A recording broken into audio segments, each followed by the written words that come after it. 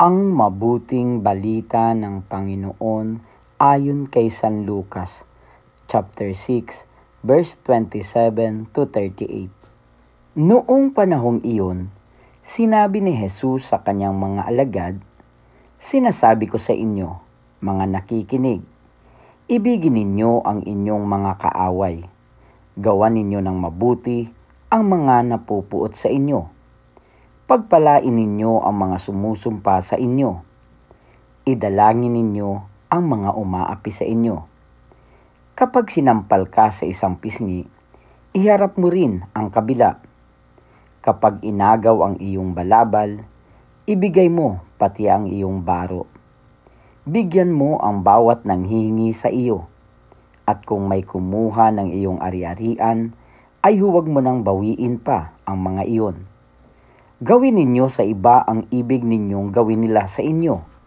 Kung ang iibigin lamang ninyo ay ang mga umiibig sa inyo, ano pang gantimpala ang inyong hihintayin? Kahit ang mga makasalanan ay umiibig din sa mga umiibig sa kanila. At kung ang gagawan lamang ninyo ng mabuti, ang gumagawa sa inyo ng mabuti, ano pang gantimpala ang inyong hihintayin? Kahit ang mga makasalanan ay gumagawa rin ito. Kung ang pahihiramin lamang ninyo ay ang mga taong inaasahan ninyong makababayad sa inyo, ano pang gantimpala ang inyong hihintayin?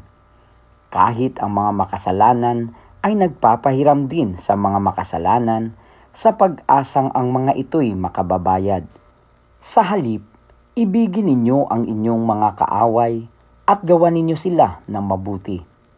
Magpahiram kayo na hindi umaasa ng anumang kabayaran. Sa gayon, malaking gantimpala ang tatamuhin ninyo at kayo'y magiging mga anak ng kataas-taasan.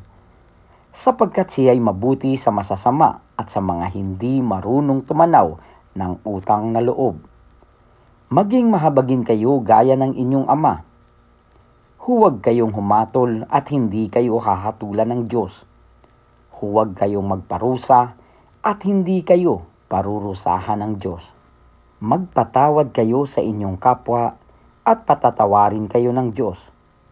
Magbigay kayo at bibigyan kayo ng Diyos. Hustong takal, siksik, liglig at umaapaw pa ang ibibigay sa inyo. Sapagkat ang takalang ginagamit ninyo sa iba, ay siya ring gagamitin sa inyo. Ang mabuting balita ng Panginoon. Pinupuri ka namin, Panginoong Hesukristo.